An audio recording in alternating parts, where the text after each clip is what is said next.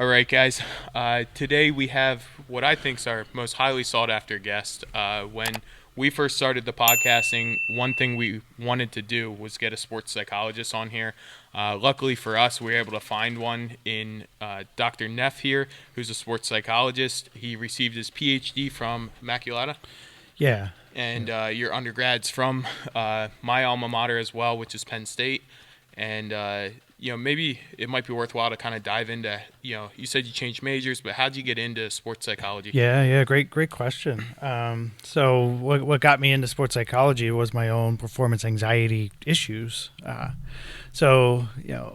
Undergrad, being a baseball player that, everybody has that dream to try to make it to the major leagues. And, sophomore year, developed this inability to throw the baseball. 60 feet, 6 inches. I was a pitcher, somebody I could throw, mid, high 80s, low 90s sometimes, and come back from the holiday break, get on the mound, try to hit that catcher. The ball about 10 feet over the catcher's head, ricocheting off the cinder blocks. Everybody's looking around like, what the heck is happening? You're just doing your best Randy Johnson impression. yeah. Get the ball back. Well, okay, all right, whatever. Next pitch, about 10 feet in front of the catcher. Now everybody's looking like, what the heck? What is going on? And now I'm starting to question myself. And get the ball back the third time, and again, it just sails over the catcher's head. I get tossed. Get out. What's going on? What's your problem? I was a athlete. High school, growing up. My parents were tough. They pushed myself, my brother, my sister, to be the best version of ourselves. And so I liked being pushed. I liked that, being yelled at. The coaches knew that. All growing, as I kind of went up through all the different sports, and my college coach knew that, and the yelling, but I knew something was different this time. I knew it wasn't about my effort or my focus. Something wasn't right, and I get my arm checked out, get everything checked out. Medically, I'm okay. A little bit of strain in the elbow, but nothing that I can't throw a baseball 60 feet 6 inches. Right. And so, at the time I had started pre-med, I really wanted to be an orthopedic surgeon.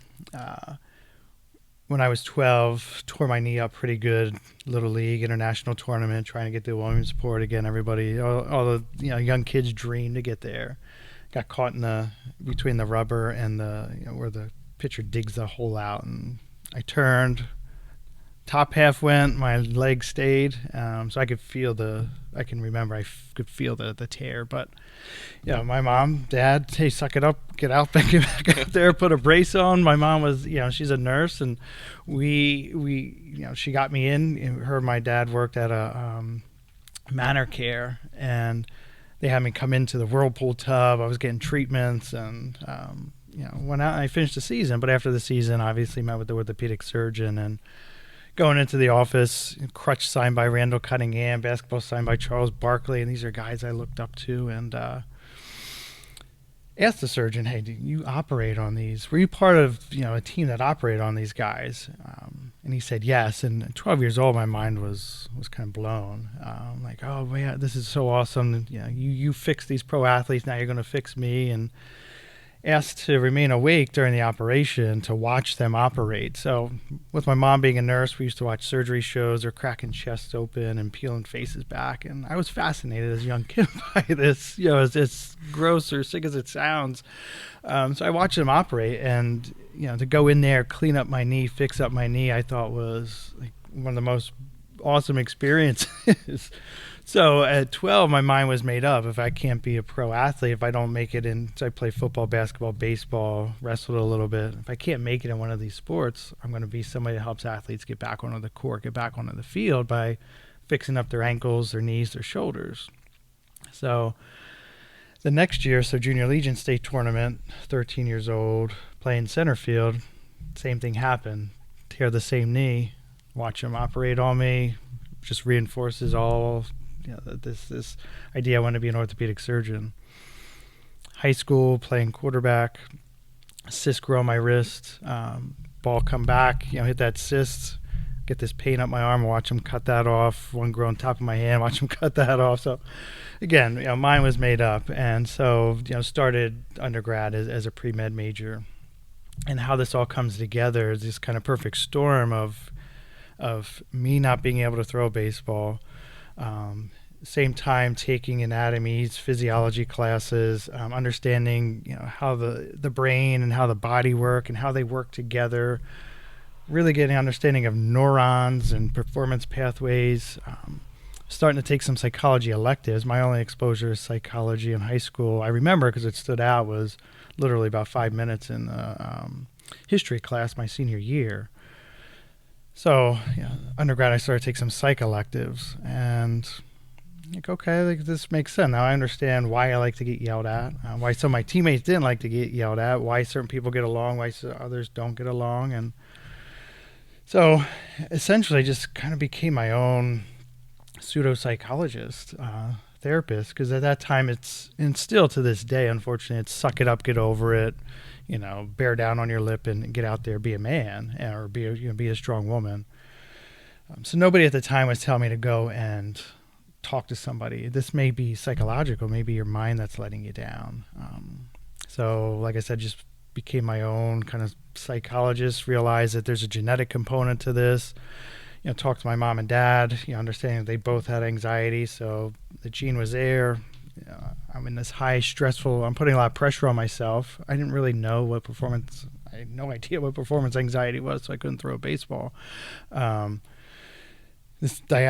about this diathesis stress model, learn the genetic component. I'm in this social situation where things are stressful, and boom, couldn't throw the baseball. So it's what baseball players know as the yips, and not too many guys come back from that. So it took me a little bit, but I eventually was able to throw again.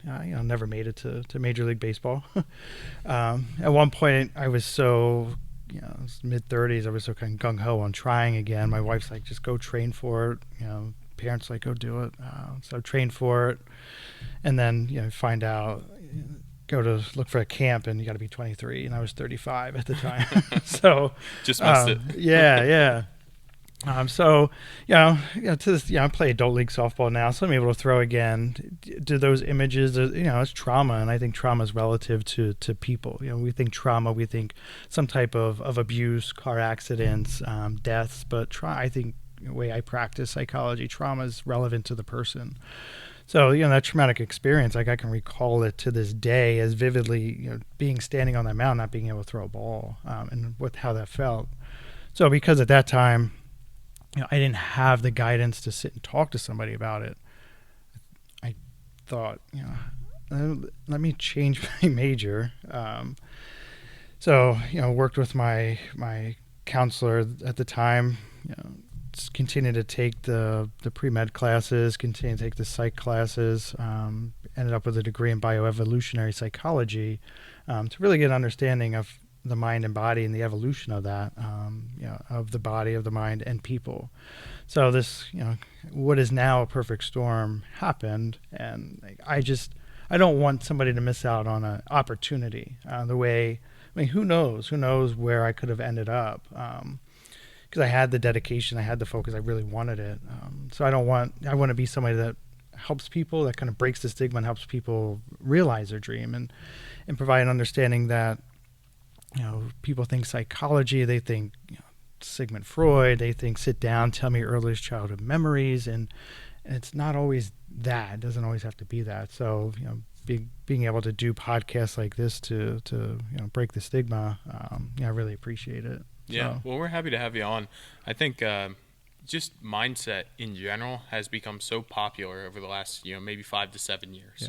Yeah. Whether it's like life coaching you see, or if you go on Instagram or social media, there's a lot of basically everybody has a coach for something. Yep. And on our side of things, where it's not exactly athletics, it might be strength training, it might be bodybuilding or CrossFit, but each category they have a coach for. So now Yep. you have a coach for nutrition, you have Yep. a coach for the actual training programs. So it's so divided up, but those people also provide a lot of support. Mm-hmm. And it's just been, I think it's been really popular, and something that's been, it's no longer frowned upon. So Yeah. people are a lot more open saying, I have really bad anxiety, or, Yep. I have issues with this or that. So, Yeah, that's and that's how the athletes view me as another coach. I like to call it neck up training. As you were saying, that was really, my wife is kind of like my best, business partner, business development. We were sitting there thinking, because along the way, just kind of being rejected, talking to coaches, I don't need that. My players are tough. We're mentally tough. We'll run through the brick wall. And so, talking with my wife, like, how can we make this breakthrough? And it was that everybody has a coach. So coaches, trainers are looking at the science behind performance.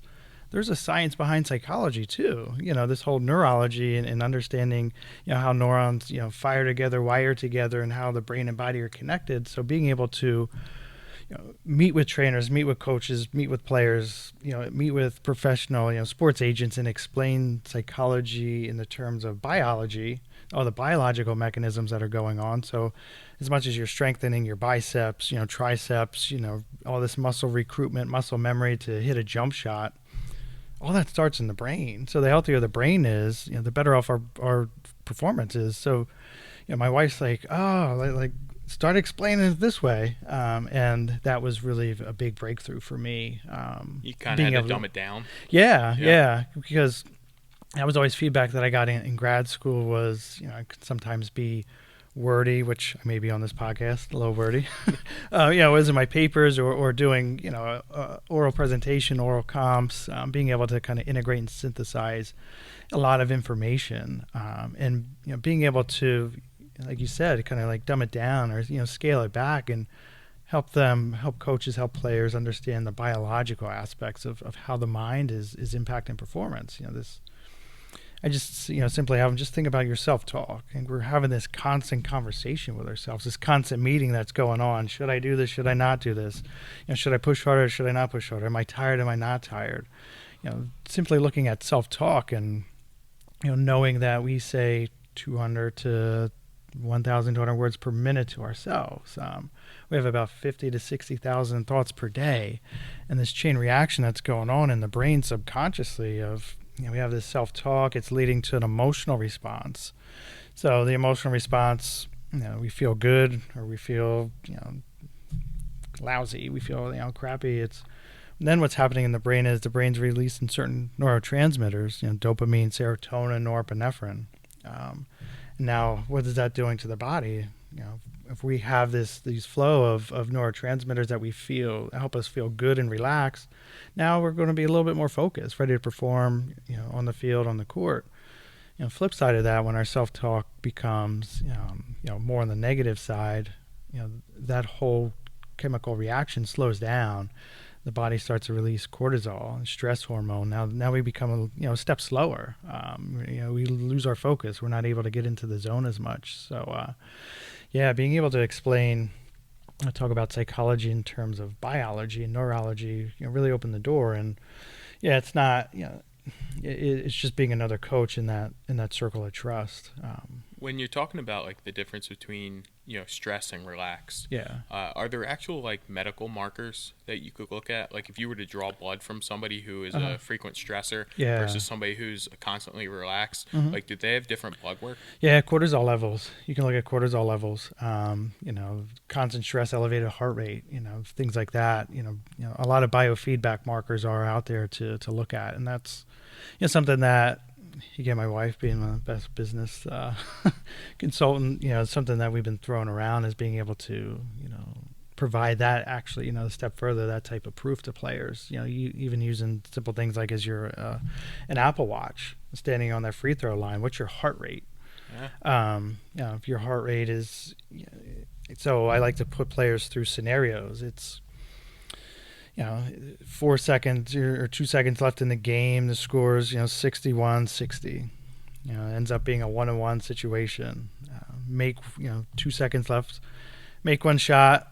Miss the other. You're probably going to overtime. The other team can get a shot off in 2 seconds. Not going to be the highest percentage shot. You make both, more likely you're going to win. And standing there on the court with them and being in their ear and talking to them and kind of having stereo, mimicking noise and to raise their heart rate, looking at their shooting percentage, and then going through mindfulness techniques, breathing techniques to control the sympathetic nervous system. To sympathetic nervous system is that go go go go go, that fight or flight, Okay. and being able to engage the parasympathetic nervous system, which is the more calm, cool, collected side, through just breathing techniques, a 10-second breath, and brings their heart rate down. They're able to block out the crowd, and on their iWatch, their Apple Watch, their heart rate may go from 88 to 100 because they're anxious, down to 75, 65, 60. And to me, that's one of the kind of biomarkers that the mindfulness stuff is working for them. And you see that in a lot of great athletes, right? I mean, Yeah. Kobe Bryant taking shots with the game on the line, he always looked cool, calm, and collected. Yep. Same thing with guys like Peyton Manning and Tom Brady. Mm-hmm. They always looked really good, when the game was on the line. Yeah. So, Yeah, big big sports psychology guys, themselves, Kobe, starting back, even before high school, working on the mental side of the game.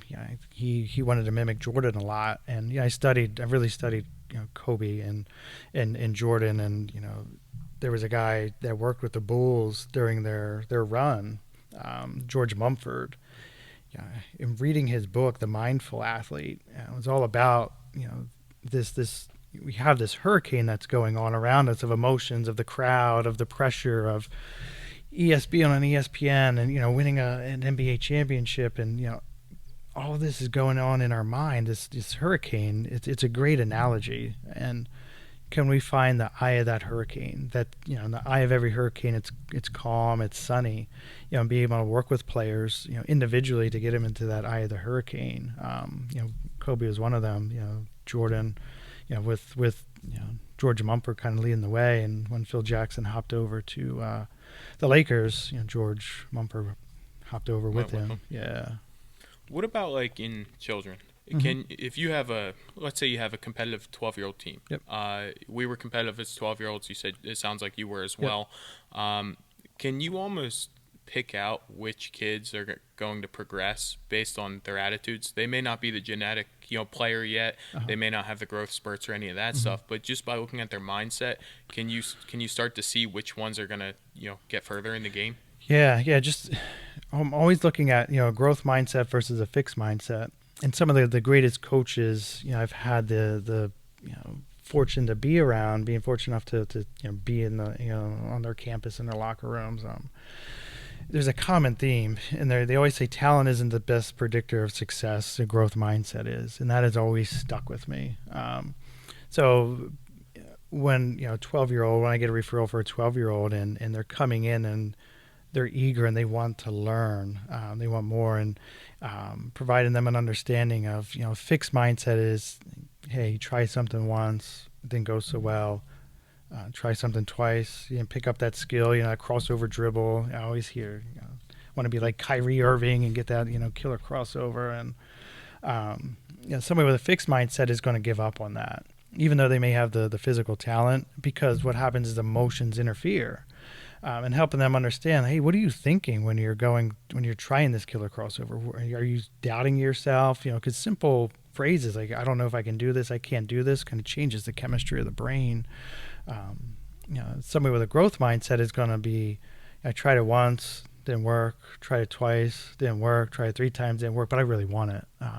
What can I do? What more can I do? What can I say to myself? So, yeah, you can, because I get that question a lot. Can you help my son or daughter develop that growth mindset? And I say the mind or the brain's the most trainable muscle we have, and technically it's an organ, but with all those neuronal pathways, we can kind of unwire, per se, the negative thought patterns, the negative pathways, and develop and strengthen more positive thought patterns. And that just brings back the science of psychology. And again, the neurons that fire together wire together, and when we're constantly engaging a specific pathway with simple phrases of I got this, I can do this, when that pathway is firing, around it grows myelin. And as that myelin grows, the electrical impulse for an automatic thought grows faster. So working with a kid and developing that growth mindset, yeah, we can kind of technically, rewire the brain. It has so much plasticity and ability to kind of bend, mold, and grow. The brain's an amazing, amazing organ. Does it get more difficult as people get older?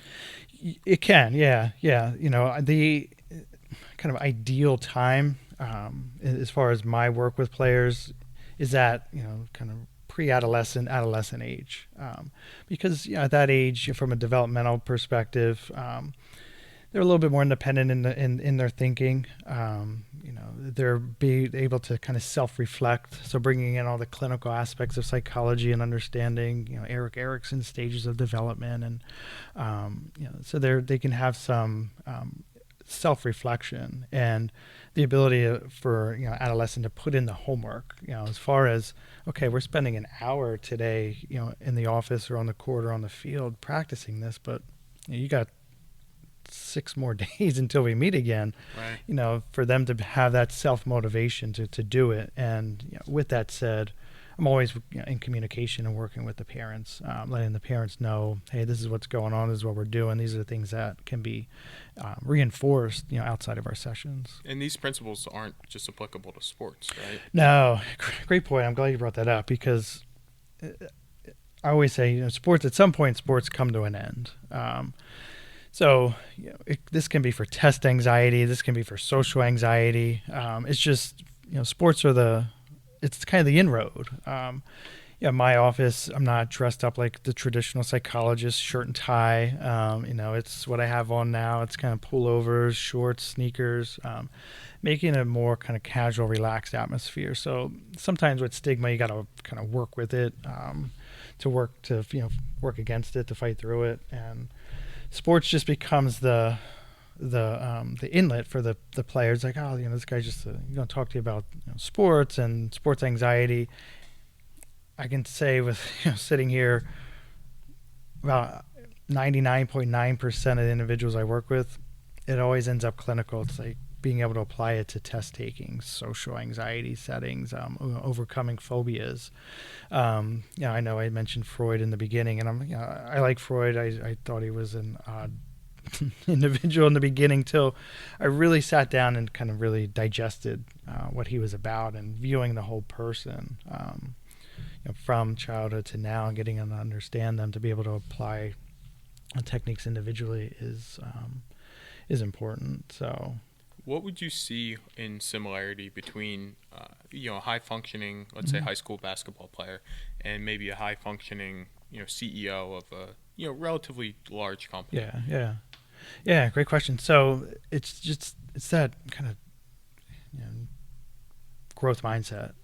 It's really that, appreciation for knowing that, I have the talent to get there. It's something that it's my mind that's blocking me. I always say the mind can be the gateway to success, or the roadblock that you hit, and things kind of fall apart. So that's really, it's that growth mindset, or wanting to develop that growth mindset, is something that's shared. So if we were to break down the growth mindset, Mm-hmm. we're basically looking at attempt 1, failure. Yep. And then analyzing the results of that, saying, how can I do it better? Yep. Trying it again, Yep. analyzing, how Yep. can I do it better? And just constantly doing that until you're paving your way for success. Yeah, absolutely. Yep. And understanding, and I never tell individuals that you're going to be frustrated. Somebody comes in with anxiety, so we're going through developing this growth mindset. You're going to feel anxious. You're going to be frustrated. As a psychologist, I'm not telling you to not feel that way. I want you to accept that feeling. So this idea of I like to come up with acronyms. So acronym ACT. So we want to act on we want to do certain actions or acts to get to where we want to be. So ACT for the mental training side is acceptance, commitment, and training. So accept that I feel this way. Accept that it's my emotions that may be blocking it. Commit to whatever techniques we're working on. Is it the self-talk? Am I applying mindfulness skills? Am I looking at the different levels of confidence? And then moving forward with the training. It's hit the roadblock, understand the emotional piece, grow, try again, hit the roadblock, understand the emotional side, try again. Where does discipline fall in line with kind of the growth mindset? Yeah, so structure is really important for success. Is that for everybody, both personality types, or all? I think so. There has to be some type of structure. I believe. That's the players that I work with. And I say players because we're talking sports psych, but I work with a lot of CEOs, CFOs, professionals. It's how do we structure your day? So again, bringing in the Freud and the clinical side, getting to know the individual, kind of what makes them tick, what makes them click, what doesn't, and being able to structure out their day for them to maximize, for them to reach their goal. Right. So trying to minimize procrastination, and we do need downtime. A lot of sometimes I'll get referrals from parents or agents or coaches or just the players themselves saying, can you make me a pro? Change my mindset, and can you make my son or daughter a pro? 24/7. They got to be so kind of disciplined, and you got to have breaks. You got to have hobbies. You got to have other things that you do because burnout is real. A lot of studies out there with burnout. So how do we individualize a discipline to that person to get the most out of them? So again, that just comes down to really spending time with the kids, with the players, with the families, to structure their day for them to reach their goals. And we're breaking down the goals and making them the acronym out there, pretty common acronym, SMART goals. So things that are specific, measurable, attainable, and measuring their small successes along the way. That just provides positive reinforcement. But as people, we're really great at procrastinating. It's tomorrow's another day. I'll get to it tomorrow. I'll start next week. We got New Year's coming, the New Year's resolutions, and being able to, so what I'll do is, we'll go through a week, and we will go literally hour by hour and kind of structure their day. We're looking at sleep. We're looking at, I'm not, a physician, but we're looking at a lot of studies out there on sleep and how it impacts the way we perform day to day. Nutrition, not a nutritionist, but kind of how you feel in your body. When are we going to build into your day the mental training? So we're working on mindfulness. So you got 15-minute mindfulness exercise. At what point are you going to get the most out of it in the morning? Do you wake up? Are you somebody that's kind of groggy? It takes you 10 minutes to get up. Well, we're not going to do it in that first half hour. We're going to do it in that next hour. I think structure and discipline is important to attaining goals. I get this a lot from the younger kids, especially. It's like, LeBron James he can just go out there and just play, And then when I sit there and I tell, LeBron James, his day is struggling. He's putting a lot of work as far as his strength training, mental training, getting 500 shots up during the day. There's a lot of work that goes on behind the scenes. All you're seeing is the final product. He was in the gym the day after he won the championship. Yeah, same. There's Eric Thomas. I listen to a lot of motivational, and he talks about Emmitt Smith. I know there's a little bit older, but day after the Super Bowl, being in the gym and lifting weights and having paused for a second, that was his break. There's a lot of work that goes on behind the scenes, physical training, mental training that the average person doesn't see or understand. Not to go too far down a rabbit hole here, but do you find that older generations had an easier time with discipline? I do. I think, just looking at my parents, I really appreciate and respect. Obviously, I respect my parents, but appreciate the discipline that was in place for us. Little things, even as chores. Making sure we had chores to get done each day.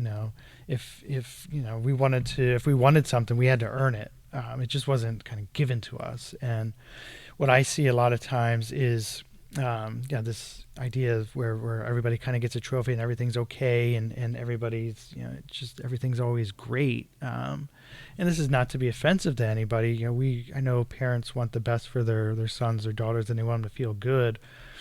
the byproduct of that is, when it comes time to kind of face the quote unquote real world and adversity hits, then we see a kind of huge mental breakdown, depression, anxiety kind of skyrockets, because along the way there was no kind of structure, there was no discipline, or I say none, but so I think the older generation, there was a lot more structure along the way, and it's kind of passed down to me, and I'm very, very thankful, because I don't think I've been able to get through grad school, working full time, going to school full time. I had to be very structured when I got my work done, having to kind of get up at 5 a.m. on a Saturday and write my papers, or on a Sunday when I, could sleep in. So, that's a great question. When we have customers come into the store, like 50% of people, when you start talking about meal planning and meal prepping, which is really popular, the first thing out of their mouth is, I can't do that. Yeah. Right. Yeah. And maybe they work overnights, or maybe they're a police officer and they work 410s or 412s. Kind of a crazy schedule. Yeah. But there's always somebody who's in that position that's already doing it. Correct. Right. So they can do it. Yep. But there's just this huge barrier there. Yeah. Yeah. That's your primitive brain. That's your hindbrain kind of full effect is what you're seeing. Our primitive brain, our hindbrain, or they call it sometimes reptilian brain, it's always like looking, it wants to keep us safe emotionally, it wants to keep us safe physically, so it's viewing our environment, it's always analyzing our environment. So anything that challenges us emotionally, that we're kind of already kind of pre-programmed to say I can't do that or no, because it's safer emotionally. And if we continue with that narrative, we're just setting ourselves up for failure ultimately at the end. So that self-talk is so important. It's like, well, why do you think you can't? And really digging in and getting an understanding, and then being able to break down their day to say, yeah, you can. Is that developed as a child though? What's that? That the first thing, like without even processing, I might be able to move this meal over here and do a shake on the go over here, without even trying to work through it. Their first conclusion is that I cannot do this. Yeah, usually, most of the time it's just innate. We're kind of born with that hind brain. Thankfully, we have this frontal lobe, which is all of our executive functioning, and we can problem solve and think through things. So, again, being able to explain the biology, like this is why your initial reaction is this. It's something, it's maybe no fault to your own. It's just your brain wants to keep you safe. But let's tap into this frontal lobe and let's talk through this. Let's work it out. And sometimes you got to put it on paper and help them help individuals understand. Yeah, I guess I can do this when I see it. And that's a big thing with players, helping them. Every player I work with, I want them to keep a performance journal. The men, I tease them. It's like kind of dear diary. It's like, what's in your diary for today or the last week? But when people see things written out, and it's kind of a lost art, writing things down. We always think we're going to remember, and usually we don't. But when we can write it out, we can usually see, because now we're engaging another sense. Like, okay, there is an opportunity to change. And that's, again, helping them understand, engage that frontal lobe and that kind of higher level thinking. When you talk about the Dear Diary thing, are you talking about writing your emotions down, or writing down like tomorrow's tasks, so that way it's already in your head and it makes you more efficient? Both. Okay. Both, yeah. This whole, you may have seen it, this iceberg model of success. And, it's kind of in a lot of classrooms, or maybe in, sports locker rooms. And this again where clinical psychology comes into play, and thinking about Sigmund Freud and this iceberg model of the mind, and we just kind of stuff our emotions. We stuff. Suck it up, get over it. But the brain ultimately needs a process. It's like putting a pot of water on a burner. It's on low. Most of the time, most people, it's on low. Some days we kind of simmer. But as stress rises, it's that knob on the oven that kind of turns the medium. Now we start to boil. Now we're in a high pressure situation. We're putting a lot of pressure on ourselves. That knob is on high, and that water kind of boils over. And same thing with us as people. We boil over. We may kind of lash out or kick something or throw something, or somebody's on the end of our, kind of tongue lashing, and at the end, it's this cathartic moment where we feel good, and then we're like, oh my God, what did I just do? So writing, I always encourage the athletes to write things down. They'll text me, they'll say like, hey Rick, hey Neff, hey, Doc, you're the trash can for the day. You're the dump. I need to get this out, pre-game, or just during the day. Maybe they had a fight with a spouse or a coach, and always want players to get things out. The more we stuff, the more likely we're to explode, to pop. So yeah, they're writing down emotions, but also planning the day, setting small goals. After practice, they're looking at their goals. Did I reach them? Why didn't I reach them? So there's a lot of kind of processing and analyzing that goes on. Is there a time of day that works better for that? It's individualized with the players. Some players, if it's a good practice, they're more likely to kind of pull out that that journal and write things down in the locker room, or as soon as they get home. It's a bad practice, bad game. Each player, we pick a point in time that we have to feel angry, we have to feel frustrated. We can't pretend that those feelings aren't there. The more that we ignore it, the more it's going to come back. It's like the annoying brother or sister. It keeps like, kind of jabbing you and jabbing you and jabbing you. That's what emotions do if we don't process them. So everybody's different. And sometimes we bring the symbolicism of, once I cross the threshold of walking out of the locker room, so I'll, sit in the locker room and think about it. Don't, give yourself a time limit. Don't stay there all day. But as soon as I walk over that cross that threshold, I'm going to let it go. It could be the slam of the door, so I'm going to slam that negative emotion shut. Walking home, or coming home and pulling that door shut, slamming that door shut. That's when some players will let it go. Do you think there's anything to like imaginary thresholds? My first ever, the guy that got me into powerlifting, at the time he was like 80 years old, I was 19, and he's like, you're kind of strong, you should consider it. And one of the things he always told me is, you do not touch the bar unless you're ready. Yep. 100% ready. Yep. There's no rubbing your hands on it for a few minutes and trying to psych yourself up.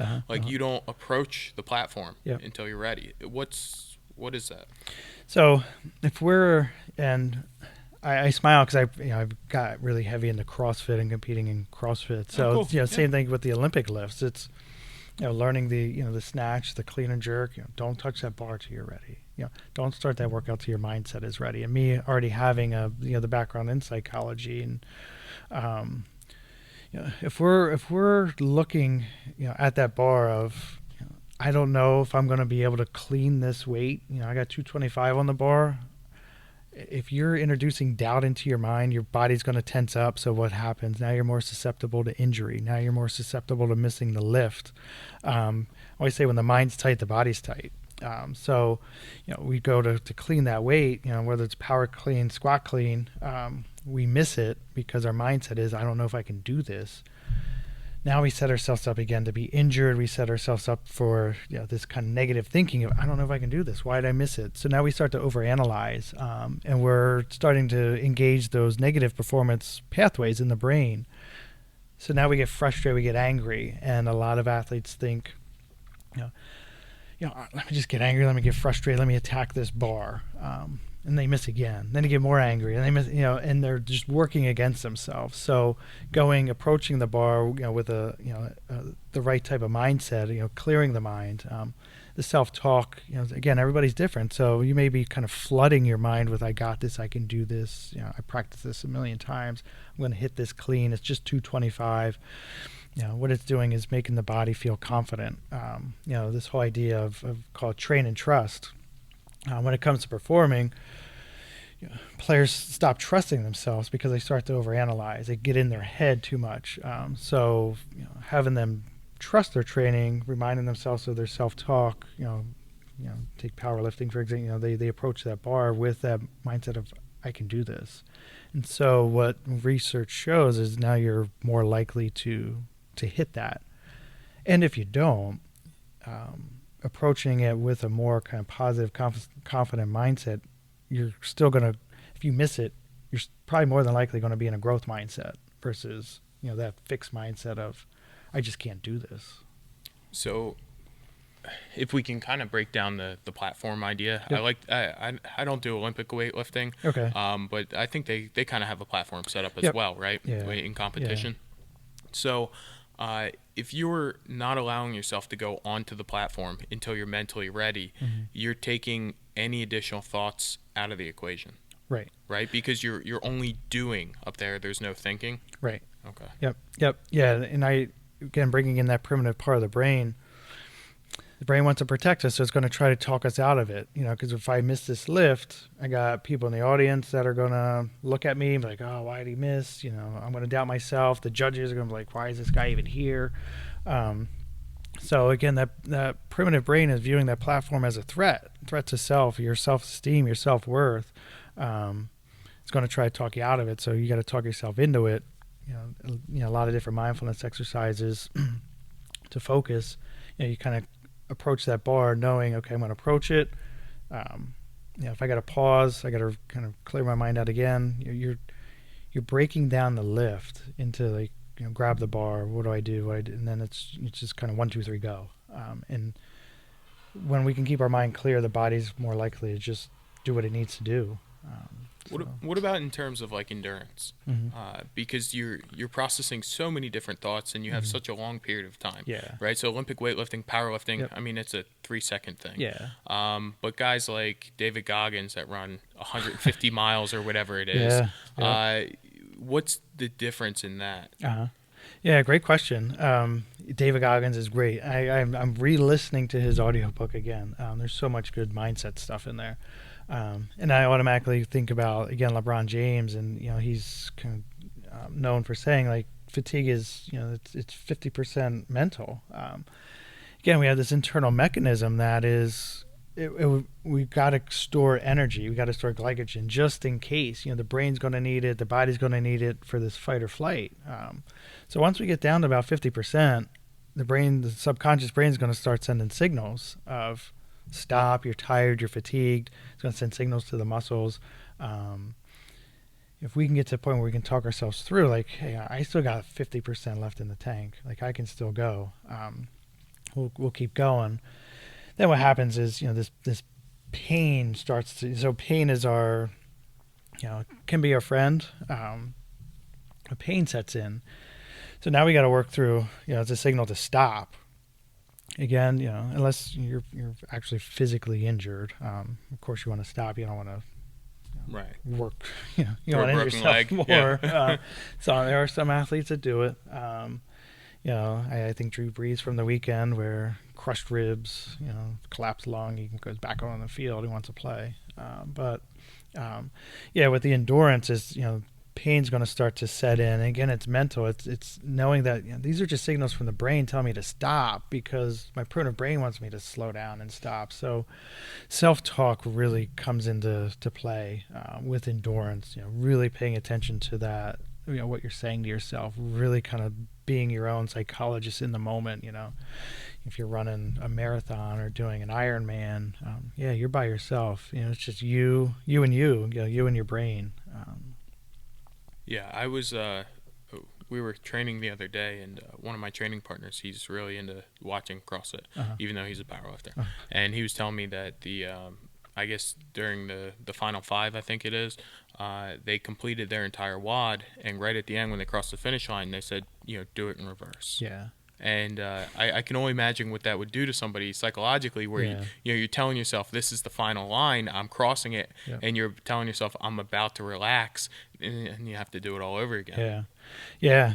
Again, it's a lot of those CrossFit athletes really understand the mental side, and it's knowing, if I stop and I think about it too much, I'm just not going to do it. I'm going to talk myself out of it. So knowing I just got to go. I got to block everything out from my mind and just go. With we talked about like anxiety and calming it, especially with free throws and stuff like that. Is there a point where adrenaline can be beneficial though? Oh yeah. So kind of perfect mix of sports performance from a psychological perspective is, we got to have a little bit, anxiety can be our friend, and we can have a little bit of adrenaline to keep us going. And we don't want to completely get rid of adrenaline. So great question. Yeah, when I think of like completely calm, I think of a bunch of Buddhist monks, playing football. Yeah. That probably wouldn't work out too well. No, yeah, yeah. We got being able to. We don't want adrenaline to go into overdrive. So, again, being able to understand each athlete, understand their barometer of what's too much and what's too little, and finding that in between to go. And sometimes when the mind is saying stop, slow down, we're at that 50% threshold of being fatigued, and being able to kind of tap into that, self-talk where it's like, come on, let's go, you got this. Like, there are times where we can, say some pretty negative things, negative things to ourselves that get us pumped up, get us fired up. It gets the adrenaline going. Would you say that the higher the amount of adrenaline, the shorter the burst of energy? Yeah. Okay. Yeah. It's whole kind of, curve. So it's just that bell-shaped curve that we learn, and I learned it 17,000 times through school, through statistics. But being kind of under that umbrella is ideally where we want to be for sports performance when it comes to energy and adrenaline. Yeah, we again, training this past week. My training partner's much stronger than I am. He's a much bigger guy. Last week he squatted a pretty substantial amount of weight for I think it was 14 reps, right? Okay. And this week he wanted to beat that. It's our last training block before we change everything up. Uh-huh. And so he has one more chance to beat that previous number, and this is it. And he got overhyped, and he exerted too much energy on the first 5 reps, and he couldn't go the distance. Even though he was moving the weight faster in the beginning, he burned himself out, and he didn't have the gas to keep going. Your body's gonna you can get shot. There's classic research on adrenaline. You kind of get shot with that adrenaline, and you go too much, and bringing in the CrossFit, understanding pacing. So again, really understanding your mind and your body and how it works together. So, are there any sports out there that, when you look at it, you just think mentally these are the toughest people? Rugby. Yeah, okay. Go out there, know how much kind of, run into each other. I don't know. I think each sport, in all honesty, poses its own mental challenges. Any sport, whether it's NBA or even curling. Right. Curling can be stressful, and people are like, okay, they're just kind of tossing a rock down the ice and rushing, but it's all about adrenaline. You're rushing too fast, rushing too slow. So, I mean, I don't know as far as when it comes to toughness. I just think they each pose their own challenge. I guess when you get up to the top level in anything, you Yeah. have to kind of have a superior mind to get there, right? Yeah, and to sustain it, because of all the pressures that come with sustaining because being a professional or reaching the top in your sport, you're less than 1% of the individuals in that sport across the world. And you talk about professional sports and money and max contracts, and sometimes players can overplay themselves. They're putting in too much effort, as silly as it sounds, that they're going out there like, what is going on? Why past 2 years I've been averaging 20 points, 7 rebounds, 4 or 5 assists, and now this is a max contract here. I came out on fire. I should be I got all this hype because I want to earn this $200 million contract, and their stats are dipping, and it's just that pressure. Yeah, they're trying too hard, so we can try too hard, and we're working against ourselves mentally. What's your take on influence of music? Huge. It's a big part of, again, what I do. A lot of research out there on music. So again, getting to know in each individual. A lot of studies out there on piano music. So what piano music does, no lyrics. It's not Beethoven, it's not Mozart, where you kind of have the ups and downs. It's just it's that kind of boring music that you hear in the elevator, ready to put you to sleep.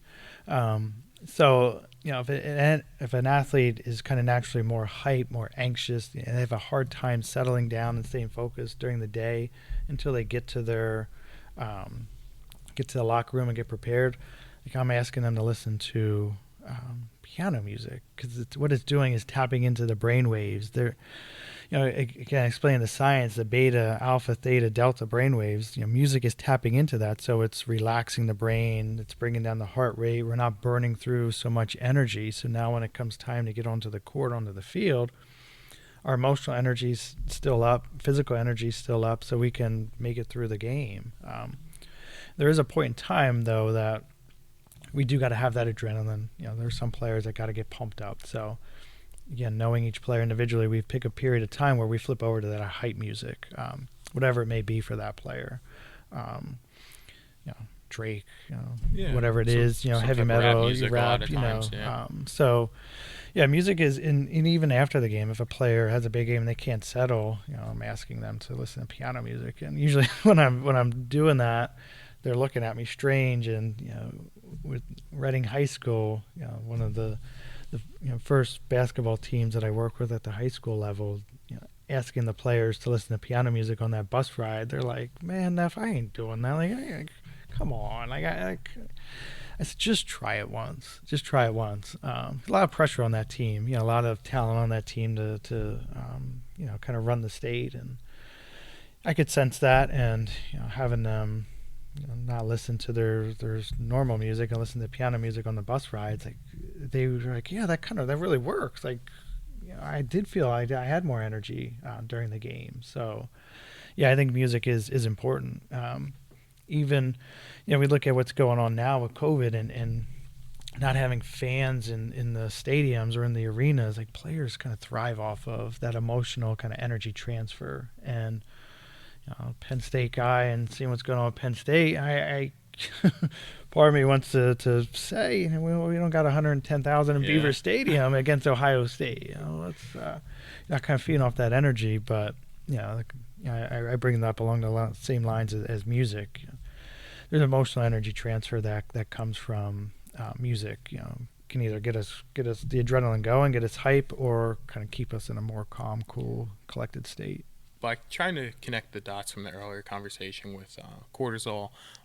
So if you have a certain type of music that hypes you up, you mentioned Drake. We'll just use that for the example. Now, if you listen to that, let's say you don't have a game that day, but you're listening to your hype music all day. Yeah. Does that have a burnout effect? Can that put you into fight or flight a little bit? Yeah. No. I think it can. This whole idea, it's just, alarm, we have this alarm, we have this resistance, we have this exhaustion. It's kind of one of a classic theory in psychology. So if you look at the music, it's the initial alarm kind of gets us going. The body's, the brain and body are going to resist a little bit. They'll start to exert, cortisol. The exhaustion phase, you're going to get a constant state of cortisol. So I think listening to something that just keeps your heart rate up the whole time is going to put you into so we talk about that bell curve when it comes to adrenaline. It'll put you towards that tail end, and you're going to be fatigued. Probably be fatigued by. So we're most tired about 8 hours after we wake up. If we're listening to hype music all day from morning, we'll probably be ready to fall asleep about mid morning or like beginning of the afternoon. Okay. So, what about caffeine? How does that come into play? So caffeine, stimulant, it's just, it's got to be monitored. I always refer the individuals to, their physician. Again, everybody's body is a little bit different when it comes to their ability to handle the caffeine. I kind of, addicted to buying energy drinks. So I have a tolerance, this whole idea of tolerance to caffeine.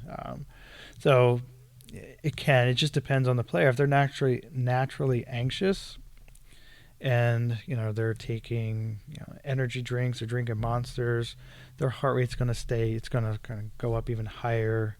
They're going to burn through their physical energy faster. So come third quarter, fourth quarter, they're fatigued. And I often get the question, well, I put in all this physical training. Why am I getting tired third quarter of a basketball game? Why am I ready to just sit on the bench and take a nap. Yeah. And so again, we break down, we analyze their day, and oftentimes, and today, caffeine, the pre-workouts, like I don't know, like I like pre-workouts. So There's coffee shops in high schools. Coffee now. shop, yeah. So, there are benefits to caffeine as far as stimulating the frontal lobe and helping with attention. But there's also the detriment of too much caffeine and causing physical energy to burn faster. So. Along with the other guy that I trained with that I mentioned earlier, we have another friend, and he's a little bit more amateur in his training. Yeah. And oftentimes, he gets to a point where there's 4 or 5 reps left, and the bar on the is moving just fine, and he just stops. And so that's all I got, and he gets up and he's done.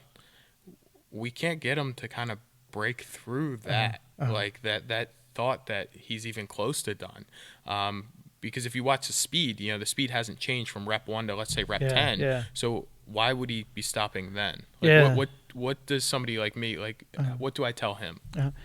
Yeah, what immediately comes to my mind is the fear of failure. Like, it's the what ifs. What if I don't get it? And what that does to somebody's self-esteem and sense of self-worth, especially when they're around. So if it's an amateur that's around, others that are more experienced like yourself, as people, we're constantly judging ourselves. What's this person going to think about me if I don't, say I don't get those extra 4 or 5 reps? So he's kind of playing, I don't know him, but what I think is he's playing it safe emotionally. And it's a very subconscious process. So let me stop here. It's safe. I feel good. They're not going to be mad at me because I'm still moving some good weight. And I'll pause here and everybody's happy. That's interesting. Yeah, that's probably exactly what it is. I don't have too much left, but I did want to kind of touch on like anxiety. Yeah. Just because everybody seems to have anxiety. Right. But I was diagnosed with anxiety as a kid.